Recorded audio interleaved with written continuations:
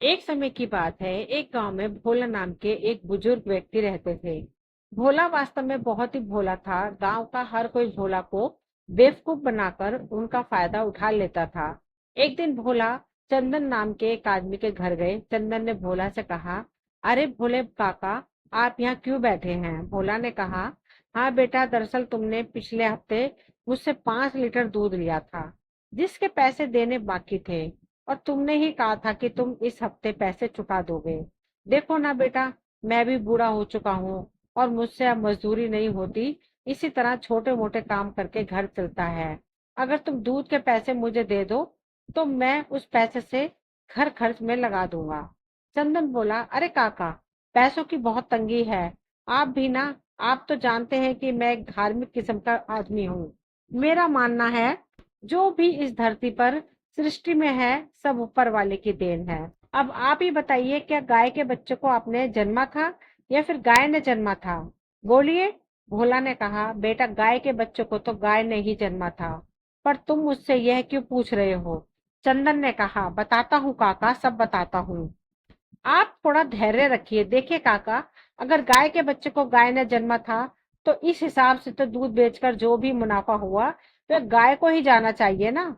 भोला ने कहा, बात तो तुम सही कह रहे हो बेटा। चंदन बोला, मैं जानता था काका, आप बहुत समझदार हैं, और इसी हिसाब से, क्योंकि गाय ने मुझे दूध देकर मुझ पर उपकार किया, मैंने भी गाय को 2 रोटी खिला दी। तो याद रखिए काका, मुझ पर आपका कोई उधार नहीं। दूध का मूल्य मैं अदा कर चुका हूँ। और हाँ काका, मुझे धन्यवाद करना मत भूलिए, मैंने आपको पाप करने से बचा लिया। भोला ने कहा, कौन सा पाप बेटा? चंदन बोला, आप गाय के दूध को बेचकर मुनाफा कमाना चाहते थे खुद। इस तरह तो आप गाय का हक मार रहे थे, और यह तो एक पाप है। इस उम्र में तो आपको पुण्य करना चाहिए। इतना बोलकर चंदन चलता बना। भोला भी अपने घर आ गया। भोला के घर आते ही उनकी पत्नी सेजल ने कहा, लाइए पैसे दीजिए। कितने पैसे दिए हैं चंदन ने? भोला ने कहा, अरे भाग्यवान, पैसे का हिसाब किताब तो जाने दो। तुम जानती हो आज चंदन ने मुझे पाप करने से बचा लिया। बहुत नेक दिल और धार्मिक लड़का है। उससे बात करके तो मेरी आंखें खुल गई। सेजल बोली, ये आप क्या बातें लेकर बैठ गए? आप तो पैसे लेने गए थे ना। ये पाप पुण्य कहाँ से आ गया? फिर भोला ने सेजल को सारी बात बताई। सेजल ने कहा, हे भगवान, इन्हें कब अकल आएगी? अरे उस चंदन ने आपको बेवकूफ बना दिया है और आपको पता भी नहीं चला। अब तो आप बूढ़े हो चले हैं। क्या सारा जीवन इसी तरह लोगों से बेवकूफी बनते रहेंगे? अब आप रहने दीजिए, मैं स्वयं कल जाऊंगी और उस चालाक चंदन से अपने पैसे लेकर आऊंगी। भोला की पत्नी सेजल अत्यंत चतुर और समझदार थी। गांव के लोग अक्सर भोला का मजाक उड़ाते, उसे बेवकूफ बनाते, लेकिन सेजल हमेशा उसकी रक्षा करती और उसे प्रोत्साहित करती। एक दिन की बात है, भोला अपने घर में चुपचाप बैठा हुआ था। तभी वहां सेजल आती है और कहने लगती है, यह आप यहाँ बैठे बैठे क्या कर रहे हैं? सुनिए तो, आप मेरी किसी भी बात का जवाब क्यों नहीं देते हैं? हे भगवान, अब क्या हो गया है मेरे पति को? क्या आपकी आवाज चली गई है? भोला ने कहा, अरे मैं बोल सकता हूँ। तुमने तो मेरी परिक्रिया खराब कर दी। मुझे रमेश ने बताया था, जब से वह आंखें खोलकर बिना बात किए एक चीज को घूरता रहता है, तब से उसके पास धन की कोई कमी नहीं है। मैं भी यह प्रक्रिया आजमा रहा था, लेकिन तुमने बीच में ही आकर सब खराब कर दिया।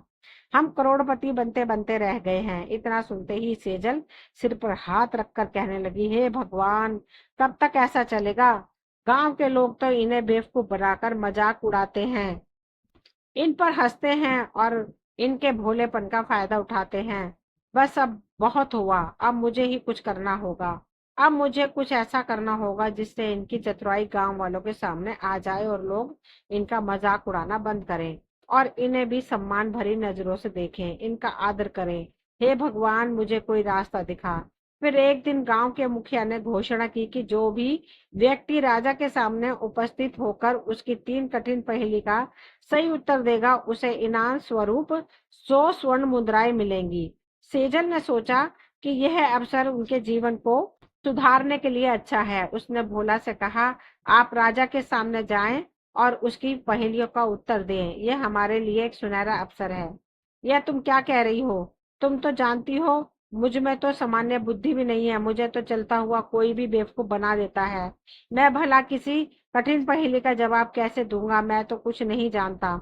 लोग मेरा मजाक उड़ाते हैं, और वह भी मैं राजा के सामने मैं कैसे उत्तर दूंगा। मैं जानती हूँ गांव के लोग आपका मजाक उड़ाते हैं, आप पर हंसते हैं, आपको मूर्ख कहते हैं।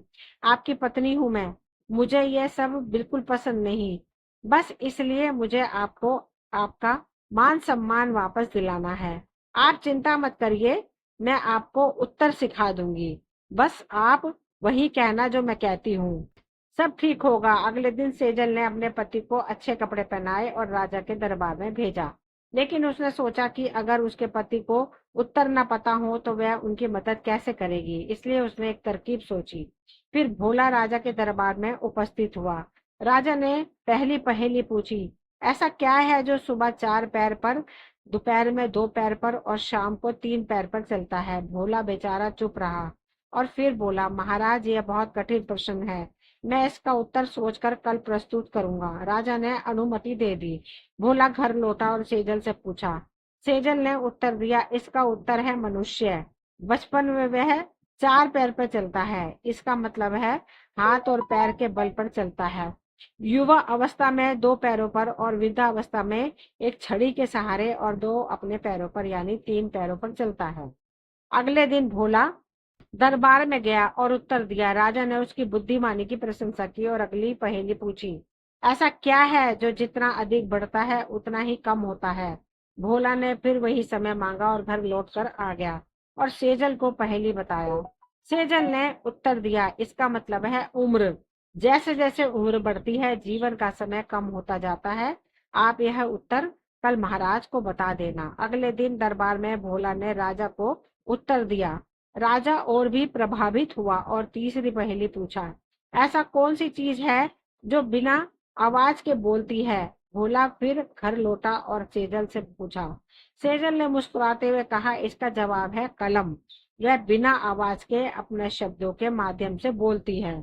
और अगले दिन जब भोला ने यह उत्तर दिया तो राजा बहुत प्रसन्न हुआ। आपके हर एक उत्तर से हम बहुत प्रभावित हुए हैं। आपने हर एक प्रश्न का सही जवाब दिया, वह भी बहुत ही चतुराई से। हमारे वादे के अनुसार आपको इसका इनाम भी मिलेगा। राजा उत्तरों से प्रभावित हुआ और भोला को 100 स्वर्ण मुद्राएं इनाम में दी। गांव लौटने पर सभी ने उसकी प्रशंसा की। इसी बीच कमलू नाम का एक चतुर चोर जो धन की चाह में था, उसने एक चालाक योजना बनाई। उसने अपने एक साधु का भेष धारण कर लिया और गांव में प्रवेश कर गया। गांव वाले उस साधु को आदर से देखने लगे। सेजल और गांव की कुछ औरतें ढोंगी बाबा के पास गए। वहां मीरा नाम की एक औरत ने कहा, बाबा जी हमारी भी मदद करिए, मेरी बेटी और दामाद हमेशा परेशान रहते हैं। मुझे कुछ ऐसा उपाय बताइए जिससे वह भी अपना जीवन खुशी खुशी बिताए। उन दोनों में आए दिन झगड़े होते रहते हैं। दामाद जी का व्यापार भी ठप पड़ा है। अब आप ही मेरी मदद कीजिए, कृपया कोई उपाय बताइए। ढोंगी बाबा ने कहा, तुमने जो भी कहा हमने सुना, कल शाम को इसी समय आना। हम तुम्हें ऐसा उपाय बताएंगे कि तुम सारा जीवन हमारा धन्यवाद कहते हुए बिताओगी। तुम्हारी सभी परेशानियां ठीक हो जाएंगी। और हाँ, आते समय कुछ दक्षिणा लेती आना। मीरा ने कहा, ठीक है बाबा जी, जैसा आप कहे मैं कल इसी समय आ जाऊंगी। आपका धन्यवाद। फिर ढोंगी बाबा ने सेजल की ओर देखते हुए कहा, ओ स्त्री, तुम भी तो अपनी समस्या बताओ। तुम बहुत समय से चुपचाप खड़ी हो, लगता है तुम्हारे पास कोई समस्या नहीं है। क्या तुम्हारे पास बहुत धन है जो तुम्हें किसी भी समाधान की जरूरत नहीं। सेजल ने बाबा की आंखों में कुछ अजीब सा देखा।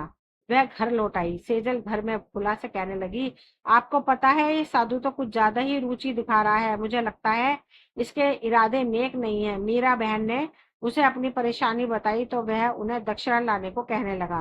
दाल में कुछ तो काला है, मुझे पता करना ही होगा। भोला ने कहा, भाग्यवान, तुम हमेशा सही सोचती हो। मैं मानता हूँ कि तुम मेरी चतुर पत्नी हो, पर इस तरह से किसी पर भी शक करना ठीक नहीं। हो सकता है वो सच में मीरा बहन की मदद कर रहा हो, तुम यूं ही उन पर शक कर रही हो। सेजल बोली, जो भी हो, हमें थोड़ा सतर्क रहना होगा। मुझे कुछ सही नहीं लग रहा है। भोला ने कहा, ठीक है, जैसा तुम कहो। चलो अब जल्दी से खाना लगा दो, बहुत तेज भूख लगी है। अगले दिन मीरा और सेजल ढोंगी बाबा के पास गए और मीरा ने कहा, धन्यवाद बाबा जी, आपने मेरी बहुत मदद की है। यह रही आपकी दक्षिणा। सेजल ने कहा, बाबा जी क्या आपको कोई और आवश्यकता है? हम आपकी और किस तरह से मदद कर सकते हैं? ढोंगी बाबा ने कहा, मैं तो बस भटकता हुआ एक साधु हूँ। यह दक्षिणा तो मुझे मजबूरी में लेनी पड़ रही है। मुझे तो बस कुछ विश्राम और भोजन की आवश्यकता है। क्या तुम हमारी कोई मदद कर सकती हो? सेजल बोली, क्यों नहीं बाबा जी, आपकी मदद करके तो मैं धन्य हो जाऊंगी। आपकी मदद करना तो सौभाग्य की बात है। आप आइए, हमारे घर में विश्राम कीजिए और भोजन भी भरपेट खाइए। मेरे पति भी आपसे मिलकर बहुत खुश होंगे। आप यकीन करिए, आपकी सेवा में हम पति पत्नी कोई भी कमी नहीं होने देंगे। आप हमें सेवा का एक अवसर तो दीजिए। ढोंगी बाबा ने कहा, ठीक है स्त्री, हम तुम्हारे घर जरूर आएंगे। हम भी उत्साहित हैं तुम्हारे घर आने को। सेजल ने बोली, जी बाबा जी, मैं भी बहुत उत्साहित हूँ आपसे ज्ञान की बातें जानने को। मैंने सुना है आपके अंदर ज्ञान का एक सागर बहता है, लेकिन एक बात बताइए, क्या आपने कभी सोचा है कि असली धन कहाँ छुपा होता है? ढोंगी बाबा बोला, अति सुंदर प्रश्न।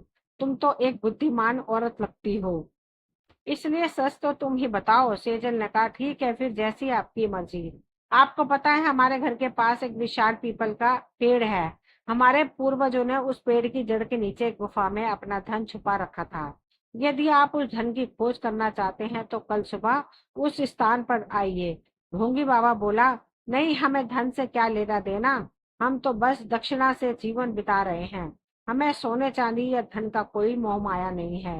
यह सब हमारे लिए मिट्टी समान है। इतना कहते ही ढोंगी बाबा मन ही मन खुश होता हुआ सोचता है, अरे वाह, ये क्या हो गया, धन खुद ही मेरे पास आ गया। इतनी बेवकूफ औरत है, खुद के मुंह से ही अपने छिपे हुए धन की बात मुझे बता दी। इसे क्या पता मैं साधु के वेश में एक चोर हूँ। बस एक बार वह धन मेरे हाथ लग जाए, फिर इस गांव से 9 2 11 हो जाऊंगा और कहीं दूर जाकर एक बड़ा घर खरीदूंगा। नौकर जाकर मेरे आसपास घूमेंगे। फिर तो सारा जीवन बस ऐश ही ऐश होगी। कमलू चोर के मन में लालच की आग जल उठी। उसने मन ही मन ठान लिया कि अगले दिन वह उस गुफा का पता लगाकर असली धन चुरा लेगा।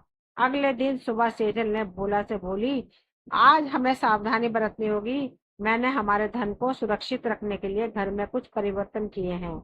ये केवल एक छलावा है, ताकि लालची व्यक्ति की असली नीयत सामने आ सके। उस ढोंगी इंसान की सच्चाई तो सामने लानी ही होगी, वरना ना जाने किस किस को लूटेगा ये। भोला ने कहा, भाग्यवान, तुम्हारी सूझबूझ में कोई कमी नहीं है। मुझे तुम पर और तुम्हारी बनाई योजना पर पूरा भरोसा है। फिर उस दिन सुबह कमलू पीपल के पेड़ के पास पहुंचा। उसने उत्सुकता से खुदाई शुरू की। उसकी नजर एक और बढ़ी, जहां उसने गहराई में एक नकली सिक्का और एक संदेश देखा, जिसमें लिखा था, लालच की आग में जलता है मनुष्य। लालच और चोरी एक बहुत बड़ा पाप है। मनुष्य को अपनी मेहनत से कमाए धन से ही जीवन बिताना चाहिए। खुद की मेहनत की सुखी रोटी भी शाही खाने से कम नहीं होती। उसी समय सेजल ने पहले से ही गांव के सजग चौकीदारों को संकेत भेज दिए थे। चौकीदार ने तुरंत ही कमलू के आसपास पहुंचकर उसकी गतिविधियों पर नजर रखी। जब कमलू ने खुदाई जारी रखने की कोशिश की, तभी गांव के चौकीदार और कुछ सजग लोग उसके पास आ गए और कमलू को रंगे हाथों पकड़ लिया गया। गांव के मुखिया ने उसे डांटते हुए कहा, कमलू, तुम्हारे लालच ने तुम्हें अंधा कर दिया। तुम्हें समझना होगा कि धोखा और लालच कभी भी सफलता नहीं दिलाते। कमलू बोला, मुझे खेद है मुखिया जी, मैंने अपनी भूल समझ ली है। मुझे माफ कर दीजिए। मैं आज के बाद ऐसा कभी नहीं करूंगा। आप मेरा विश्वास कीजिए। मुखिया ने कहा, तुमने जो करने की कोशिश की वह पाप है और तुम्हें इसकी सजा जरूर मिलेगी, ताकि कोई और इस तरह हमारे भोले भाले गांव वालों को बेवकूफ बनाने के, उन्हें ठगने की कोशिश भी ना करे। वह तो भला हो सेजल बहन का, उसकी सूझबूझ और समझदारी से तुम्हें हम सबने रंगे हाथों पकड़ लिया, वरना तुम तो ना जाने कितने गांव वालों को ठगते। और सेजल बहन, तुम्हारा धन्यवाद। तुमने हमारी और हमारे गांव वालों की खूब मदद की है। भोला भी सेजल से बहुत खुश हुआ और कहने लगा, भाग्यवान, आज फिर से तुम्हारी चतुराई ने हमें इस मुसीबत से बचा लिया और गांव भर में हमारी वाहवाही हुई। वह अलग, तुम्हें पता है, अब गांव के लोग मुझसे इज्जत से बात करते हैं।